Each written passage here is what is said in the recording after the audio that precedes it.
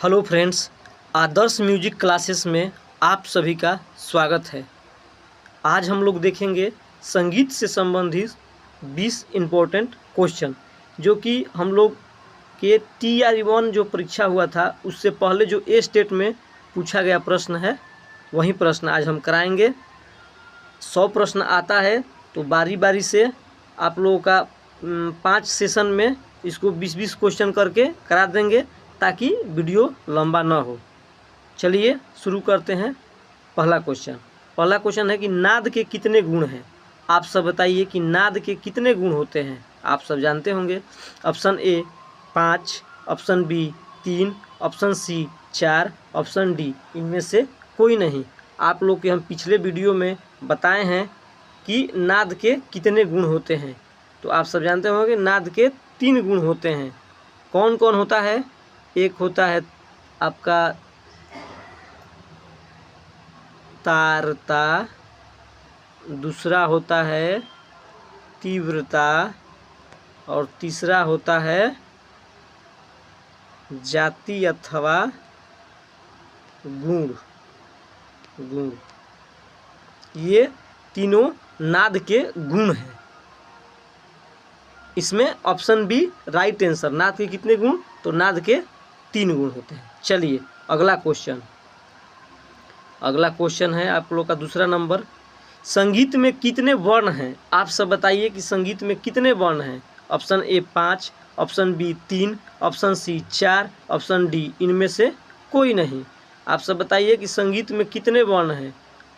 तो संगीत में 4 वर्ण होते हैं। Option C. कौन कौन होते हैं? अस्थाई, दूसरा नंबर आरोही, तीसरा नंबर अवरोही, चौथा नंबर संचारी और आपका हो जाएगा चौथा नंबर एक होता है संचारी। चलिए अगला क्वेश्चन नंबर 3। क्वेश्चन नंबर 3 है नाद के कितने प्रकार होते हैं। आप सब को हम पिछले वीडियो में बताए हैं कि नाद के कितने प्रकार होते हैं। Option A 1, option B 2, option C 3, option D 4। तो आप सब जानते होंगे कि नाद के कितने प्रकार हैं। तो नाद के 2 प्रकार हैं। Option B right answer. कौन कौन? एक होता है आहत नाद और दूसरा होता है अनाहत नाद। एक आहत नाद और दूसरा अनाहत नाद। चलिए अगला क्वेश्चन आइए। क्वेश्चन नंबर 4 है कि सप्तक के कितने प्रकार होते हैं। आप सब बताइए। आप सबको ये भी क्वेश्चन हम बताए हैं पिछले वीडियो में कि सप्तक के कितने प्रकार होते हैं। Option A 1, option B 2, option C 3, option D इनमें से कोई नहीं। आप सब जानते हो कि सप्तक के कितने प्रकार हैं। तो सप्तक के 3 प्रकार हैं। कौन कौन? एक हो गया मंद्र सप्तक, एक हो गया मध्य सप्तक और तीसरा हो गया तार सप्तक। चलिए इसका 3 हो जाएगा answer. Option C right answer. चलिए अगला क्वेश्चन नंबर 5 है मध्यम ग्राम की कितनी मूर्छना है। आप सब बताइए मध्यम ग्राम की कितनी मूर्छना है। Option A 5, option B 4, option C 7, option D इनमें से कोई नहीं। तो मध्यम ग्राम की कितनी मूर्छना है? तो आप सब जानते होंगे कि मध्यम ग्राम की कितनी मूर्छना है। तो मध्यम ग्राम की 7 मूर्छना है। तीनों ग्राम की 7-7 मूर्छना है। मूर्छनाओं की कुल संख्या कितना होता है? मूर्छनाओं की कुल संख्या 21। 7 गो सरस ग्राम, 7 गो मध्यम ग्राम और 7 गो गंधार ग्राम। इसलिए ऑप्शन सी राइट आंसर इनका 7 होगा। चलिए अगला क्वेश्चन नंबर 6 है कि निम्नलिखित में से वैदिक स्वर कौन सा है। आप सब बताइए कि निम्नलिखित में से वैदिक स्वर कौन सा है। ऑप्शन ए उदात्त, ऑप्शन बी अनुदात्त, ऑप्शन सी स्वरित, ऑप्शन डी इनमें से कोई नहीं। तो वैदिक काल वैदिक स्वर कौन सा है? तो उदात्त भी नहीं है, अनुदात्त भी नहीं है, स्वरित भी नहीं है। तो वैदिक इनमें से कोई नहीं होगा, क्योंकि वैदिक काल में स्वरों का क्या नाम रखा गया था? वैदिक काल में आप सब जानते होंगे कि स्वरों का क्या नाम रखा गया था। पहला का नाम था क्रुष्ट, दूसरा का नाम था आपका हो जाएगा द्वितीय, तृतीय, तीसरा तृतीय, उसके बाद हो जाएगा चतुर्थ, फिर उसके बाद मंद्र। तो इसका इनमें से कोई नहीं होगा, क्योंकि वैदिक में ये सब नाम थे। चलिए अगला क्वेश्चन नंबर 7। क्वेश्चन नंबर 7 है कि विकृत स्वरों का प्रयोग सर्वप्रथम किस ग्रंथकार ने किया था? आप सब बताइए कि विकृत स्वरों का प्रयोग सर्वप्रथम किस ग्रंथकार ने किया था? Option A Narad, option B Bhavbhatt, option C Sarangdev, option D इनमें से कोई नहीं। तो आप सब बताइए कि विकृत स्वरों का प्रयोग सर्वप्रथम किसने किया था? तो सारंगदेव जी ने किया था। Option C right answer. चलिए अगला क्वेश्चन नंबर 8। उत्तर भारतीय संगीत में कितने ठाट स्वीकृत किए गए हैं? आप सब बताइए कि उत्तर भारतीय संगीत में कितने ठाट स्वीकृत किए गए हैं? Option A 10, option B 12, option C 72, option D इनमें से कोई नहीं। तो उत्तर भारतीय संगीत में हम लोगों को 10 ठाट का चलन है। चलिए ऑप्शन ए राइट आंसर। चलिए अगला क्वेश्चन नंबर 9। क्वेश्चन नंबर 9 है अलाप्ती गान किस श्रेणी में आता है? आप सब बताइए अलाप्ती गान किस श्रेणी में आता है?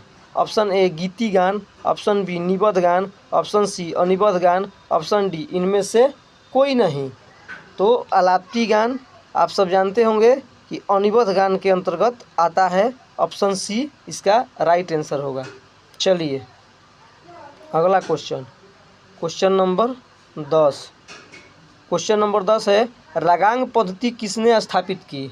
आप सब बताइए रागांग पद्धति किसने स्थापित की? ऑप्शन ए है Bhatkhande, option B Paluskar, option C Narayan Moreshwar Khare, option D इनमें से कोई नहीं। तो रागांग पद्धति आप सब जानते होंगे किसने स्थापित की?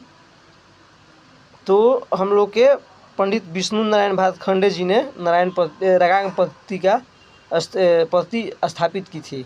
ऑप्शन ए राइट आंसर। चलिए अगला क्वेश्चन नंबर 11। मध्यम ग्राम में कौन स्वर संवाद है? आप सब बताइए कि मध्यम ग्राम में कौन स्वर संवाद है? ऑप्शन ए है सा प, ऑप्शन बी रे प, ऑप्शन सी ग प, ऑप्शन डी इनमें से कोई नहीं।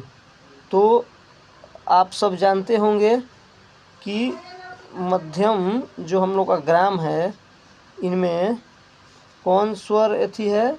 मध्यम ग्राम में सा प या रे प या घ प। तो मध्यम ग्राम में हम लोग का हो जाएगा रे प स्वर संवाद आता है। चलिए अगला question number 12।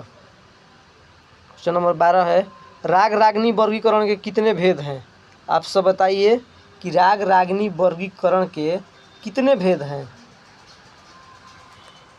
Option A 5, option B 6, option C 4, option D आपका हो जाएगा इनमें से कोई नहीं। तो राग रागनी वर्गीकरण का आप सब जानते हो कि 6 भेद हैं।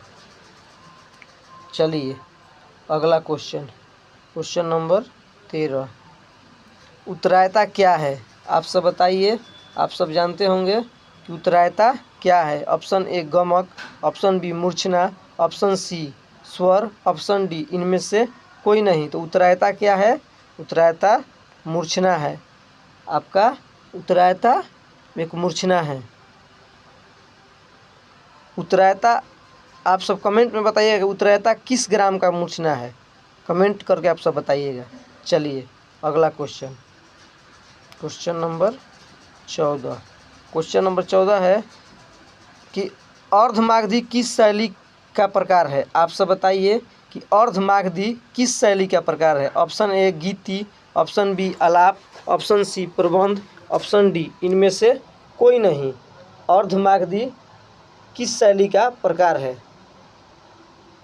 तो अर्धमागधी जो है आपका गीति का प्रकार है। ऑप्शन ए राइट आंसर। चलिए अगला question, question number 15।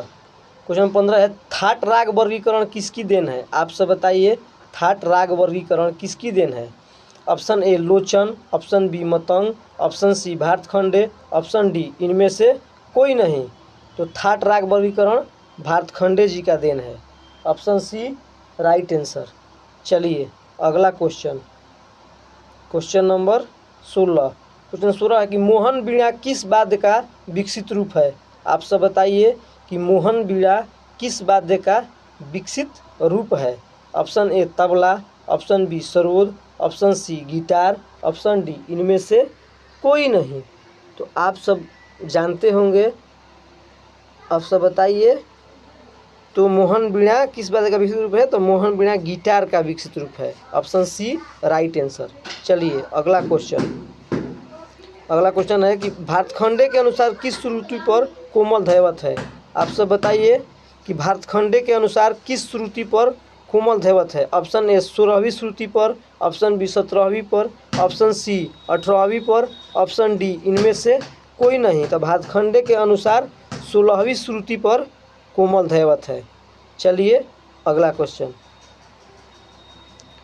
Question number 18। Question number 18 कि प्राचीन काल में षड्ज स्वर किस श्रुति पर स्थापित है था। आप सब बताइए कि प्राचीन काल में षड्ज स्वर किस श्रुति पर स्थापित था। ऑप्शन ए चौथी, ऑप्शन बी पहली, ऑप्शन सी तीसरी, ऑप्शन डी इनमें से कोई नहीं। तो आप सब जानते होंगे कि प्राचीन काल में षड्ज यानी सा किस श्रुति पर स्थापित था। तो प्राचीन काल में अंतिम श्रुति यानी चौथी श्रुति पर स्थापित था। और आधुनिक काल में आपको पहली श्रुति पर होता है, पहली आधुनिक काल में, और प्राचीन और मध्य में चौथी श्रुति पर। चलिए अगला question, question number 19। Question number 19 व्यंकटमुखी द्वारा कितने स्वरों का निर्णय लिया गया। आप सब बताइए कि व्यंकटमुखी द्वारा कितने स्वरों का निर्णय लिया गया। Option A 10, option B 72, option C 32, option D इनमें से कोई नहीं। तो व्यंकटमुखी द्वारा आप सब जानते हो कि 72 स्वरों का निर्णय लिया गया। चलिए अगला क्वेश्चन, क्वेश्चन नंबर 20। क्वेश्चन 20 है कि राग वर्गीकरण पद्धति का उल्लेख किस ग्रंथ में सर्वप्रथम मिलता है। आप सब बताइए कि राग वर्गीकरण पद्धति का उल्लेख सर्वप्रथम किस ग्रंथ में मिलता है। Option A Sangeet Darpan, option B Natyashastra, option C Gitanjali, option D इनमें से कोई नहीं। तो आपका राग वर्गीकरण पद्धति का उल्लेख सर्वप्रथम नाट्यशास्त्र में मिलता है। ऑप्शन बी है जो इसका राइट आंसर होगा। आप सब जानते होंगे। और ये सेशन कैसा रहा कमेंट करके बताइएगा। जितने भी प्रीवियस ईयर क्वेश्चन हैं आप सबको हम बारी बारी करा दे रहे हैं।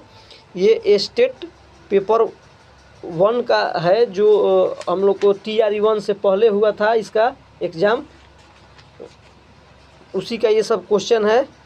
तो आप सब कमेंट करके बताइएगा कि सेशन कैसा रहा। और जो लोग भी चैनल पर नए हैं सब्सक्राइब कर लीजिएगा और बेल आइकन का बटन दबा दीजिएगा ताकि जितने जो भी सेशन छूटे सबसे पहले उसका नोटिफिकेशन आप तक पहुँचे।